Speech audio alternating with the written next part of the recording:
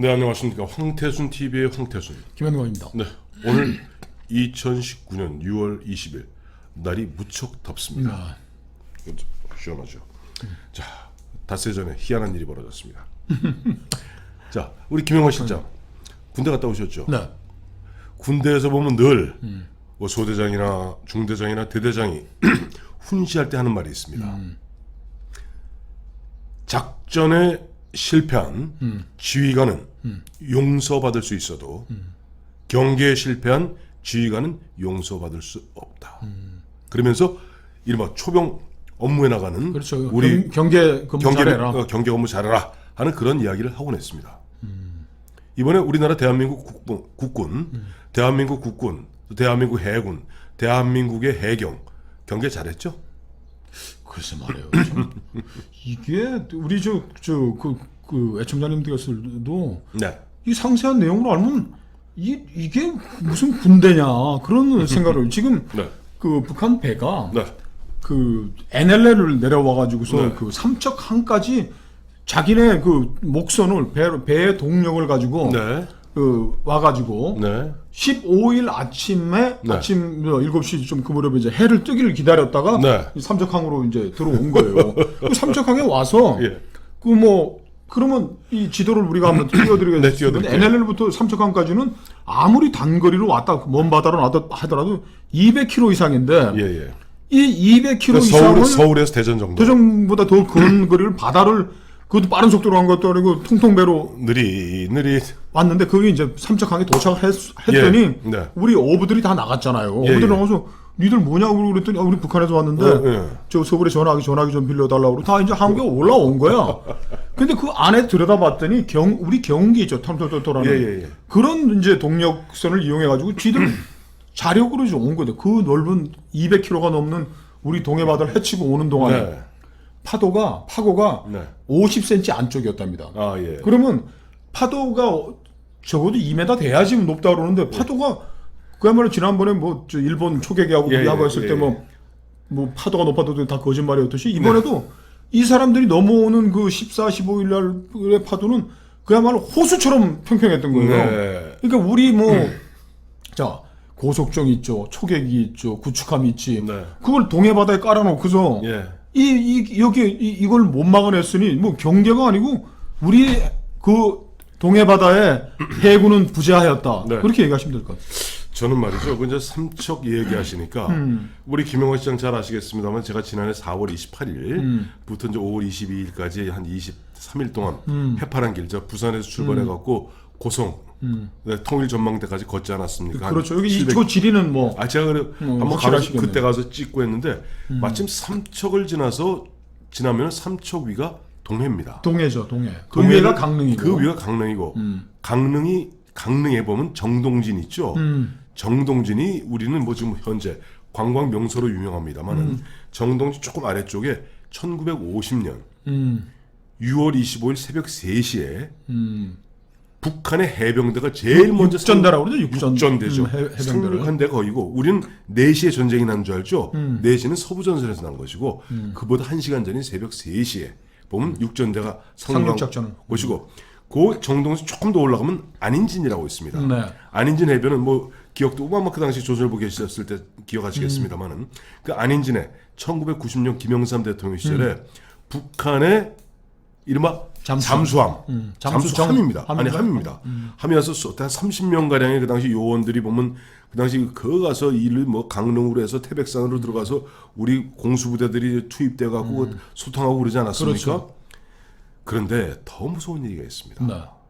네. 지금부터 딱 50년 전, 51년 전인 1968년, 1968년 그러니까 10월 11월 그 경에 바로 이번에 그 문제가 되었는 삼척에 삼척 아래가 바로 울진입니다. 경북 울진. 그렇죠. 울진 삼척 무장공비 사건이죠. 100명이 넘는 무장공비들이 들어와서 거의 한 달, 두 달을 갖다가 난리를 치고 그들은 양민학살하고 삼척 울진에다가 그들이 이야기는 해방구, 소비에트를 만들겠다고 난리를 쳤고 우리나라 군 부대들이 어마어마하게 동원되었던 것이 바로 삼척과 울진입니다. 그래서 네. 그 삼척항에 이제 도착했을 때 네.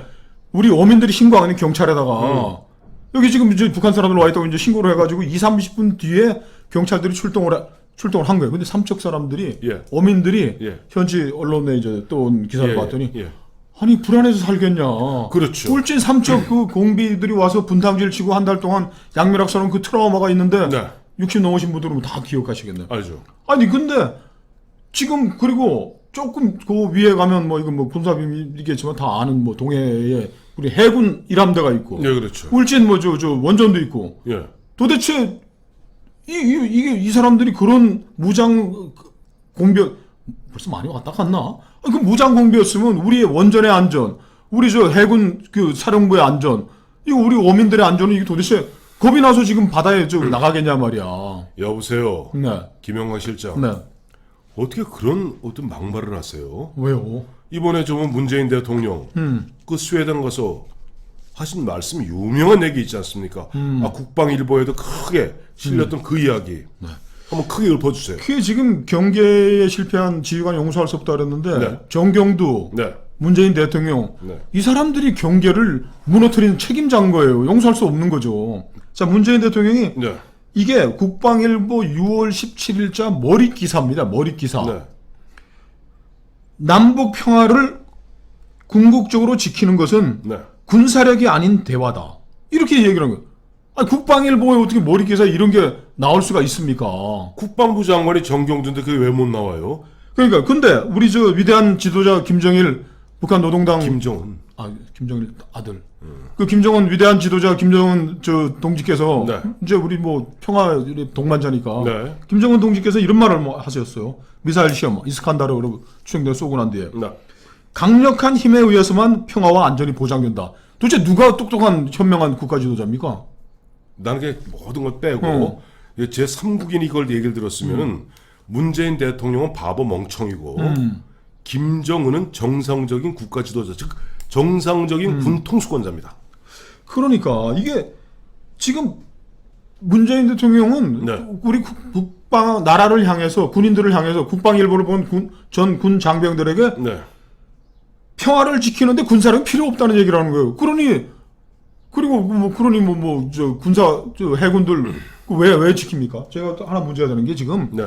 완전한 우리의 전쟁 의지를 허물어뜨린 게 네. 지난해에 가가지고 문재인 대통령이 김정은 위대한 지도자 김정은하고 사인했던 그 판문점 선언 이행을 위한 군사 분야 합의서입니다. 잠깐 여기서 팩트를 정확히 얘기하자. 그러면 네. 저놈들은 또 적폐라 그래. 사인한 거는 9.19 선언이고 군사 합의서는 송영무하고 북한에 뭐 국방상인가 인민무력부장이 사인한 거예요. 그 대통령하고 김정은의 뒤에서 본 거 아니에요? 맞지, 보긴 그걸 봤는데 본인은 사인한 거. 자, 이 말이 얼마나 무시무시한 건지 한번 생각을 해보자. 네. 1항입니다. 1항. 네. 남과 북은 네. 지상과 해상, 네. 공중을 비롯한 모든 공간에서 네. 군사적 긴장과 충돌의 근원으로 되는 네. 자, 여기가 이제 되는 일체의 적대 행위를 전면 중지하기로 하였다. 자, 우리가 경계를 하고 저 밤에 보초를 쏘고 하는 건 적의 침투를 예상하는 거 아니에요. 그렇죠. 그러니까 그것도 적대 행위인 거지. 동해 바다에 떠 있는 저 쾌속정들 초계함들, 구축함들이 우리의 적이 아닌데 김정은과 북한은 적이 아니다라고 네. 우리나라 국방장관 송영무하고 또 그쪽에 어떤 친구하고 예, 뒤에 서명을 뒤에 사람이 했는데 있을 거예요. 보세요. 뒤에 제일 뒤에. 송영무하고 조선인민군 대장 노광철인데 노광철. 문제는 네. 자 이거는 판문점 선언 9월 평양 공동선언을 이행하기 위한 군사부문의 합의서인데 이거에 주문이 되는 이건 부속이고 네. 주문에는 어떻게 되어 있느냐 네. 자 5항에서 네. 한반도 비핵화와 관련된 거야. 북한의 네, 핵무기에 네. 대해서. 1항이 네. 북측은 동창리 엔진 시험장과 네. 미사일 발사대를 유관국 전문가들의 참관하에 우선 네. 일단 영구적으로 폐기하기로 하였다. 2항 네. 상응 조치를 취하면 네. 영변 핵시설의 영구적 폐기와 같은 추가적인 조치를 계속 취해 나갈 용의가 있음을 표명하였다. 아니 이 아무런 주문이 주 합의문이 아무런 진전이 없는데 네. 이 부속 합의에 있는 이 적대 모든 적대적 행위를 중단한다는 거를 해서 지금 뭐 비행 금지 구역을 설정하고 뭐하고 다 우리의 손발을 묶고 그 다음에 더 중요한 거는 군사 대비세를 허물고 그 다음에 전쟁 의지를 완전히 없애버렸잖아요 우리 그래요. 병사들 사이에. 그리고 또 하나 팩트 정정. 여기 보면은 역사적인 판문점 선언 이행. 이게 4.27 판문점. 판문점 선언은 저 9.19하고 이제 뭐 괴를 같이 하긴 합니다만 그렇고 문제는 뭐냐 정확히 이야기하면은 문재인 대통령은 또 문재인 정권의 좌파, 이런 좌익, 이런 종북 주사적 흐름을 하는 사람들은 어떻게든지 대한민국 군대를 갖다 이빨 빠진 군대, 쉽게 해서 서비스 산업부로 바꾸기 위해서 안달이 되었던 거예요. 이미 이번 그 삼척항 그 사건을 해서 입증이 된 거예요. 우리 군은 네. 200km 파도도 안 치는 그 잔잔한 바다에서 북한 목선에 사람 내 타고 오는 것들을 파악도 못한 거예요. 막는 건 고사하고라도. 그 사람들이 올라와서 우리 민간인들, 우리 시민들하고 만나서 이야기 나누고 시민들이 북한에서 왔다는데 어떻게 할까쇼 하니까 그제서야 이제 경찰이 알았고 해경이 알았고 군대가 알았겠죠. 그런데 군대는 거기에다가 네. 또 거짓말을 한 거예요. 거짓말을 했어요? 이 배들이 표류해 왔다. 잔잔한 바다에서.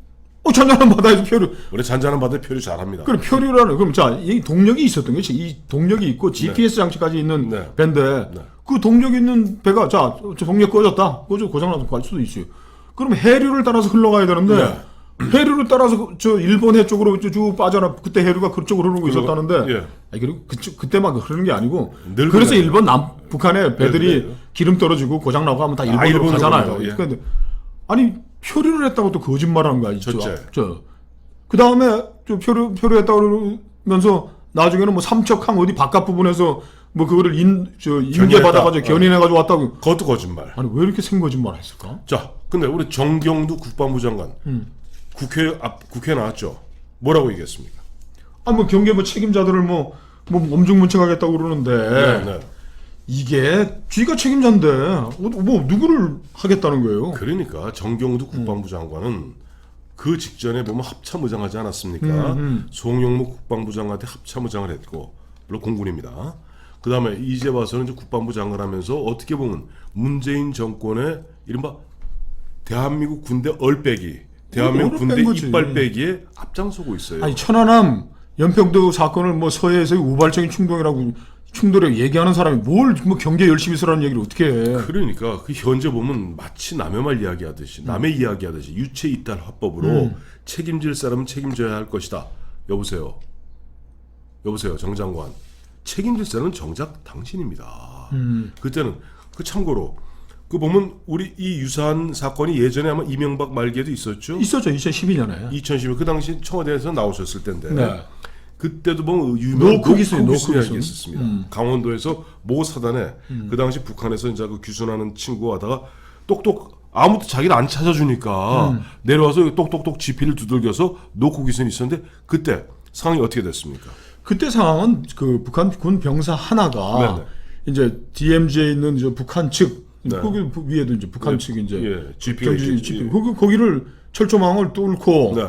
전기 철조망은 뭐 나무를 넣어서 이렇게 사이에서 뭐 벌려서 오고 네네. 그리고 우리 쪽에 있는 거는 그 10월 2일입니다. 2012년 10월 2일에 네. 우리 측 철책도 다 건너가지고 온 거예요. 왔어요. 뚜벅뚜벅 건너와서 그 안에 있는 GP에 가서 똑똑해서 저 북한에서 왔는데요. 그래서 했는데 문제는 그때는 그거를 우리 군이 파악도 못했고 걔가 넘어오는 걸 그 호요리 그렇죠. 넘어오는 것도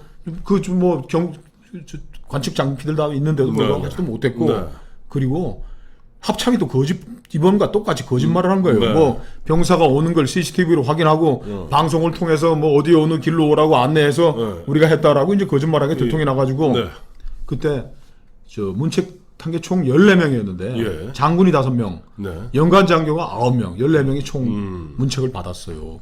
근데 지금은 문제는 이건 한 애가 똘똘똘똘 어떻게 뭐 굴러와가지고 이제 넘어왔는데 이건 우리의 영해를 이건 200km를 흘러와가지고 지발로 삼척항까지 들어온 이걸 막지 못한 거에 대해서 어느 정도 문책을 해야 될까요? 국방장관은 기본적으로 물러나야 되는 거예요. 물론이죠. 그리고 예를 들어서 진짜 이것이 귀순 의사를 가진 뭐 4명이었는데 2명 올라가고 2명은 귀순했다면서요. 귀순 의사를 가진 2명이 있었길래 망정이죠. 예를 들어서 거기서 북한의 특수부대원들 예를 들어서 한 10명이 타고 왔다고 가정해 보십시다.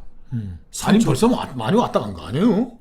그것도 확실히 모르겠어요. 그럴 수도 있다고 봐요. 어떤 일이 벌어졌겠습니까? 저는 이 대목에서 지금 보면 결국 물론 정경두 장관은 물론이거니와 끊임없이 아까 모두에 말씀하신 대로 궁극적으로 대한민국의 평화를 지키는 것은 군사력이 아니라 오로지 대화라. 대화뿐이다. 대화뿐이라고 이야기하는 군 통수권자 밑에서 어느 장군인들, 어느 병사인들 경계 제대로 쓰겠습니까? 저는 문재인 대통령이 한마디로 대한민국 군 통수권자로서 제대로 그 역할과 그 임무를 다하고 있는지 의문을 제기하지 않을 수 없어요. 군 통수권자의 자격이 없다. 이렇게 다 얘기하겠죠. 그렇겠죠? 네. 자, 문재인 대통령 잘 한번 생각해 보세요. 그대가 과연 대한민국 대통령이고 대한민국의 헌법에 정해져 있는 군 통수권자로서의 그야말로 성스러운 소명을 다하고 있는지 가슴에 손을 얹고 생각해 보시기 바랍니다.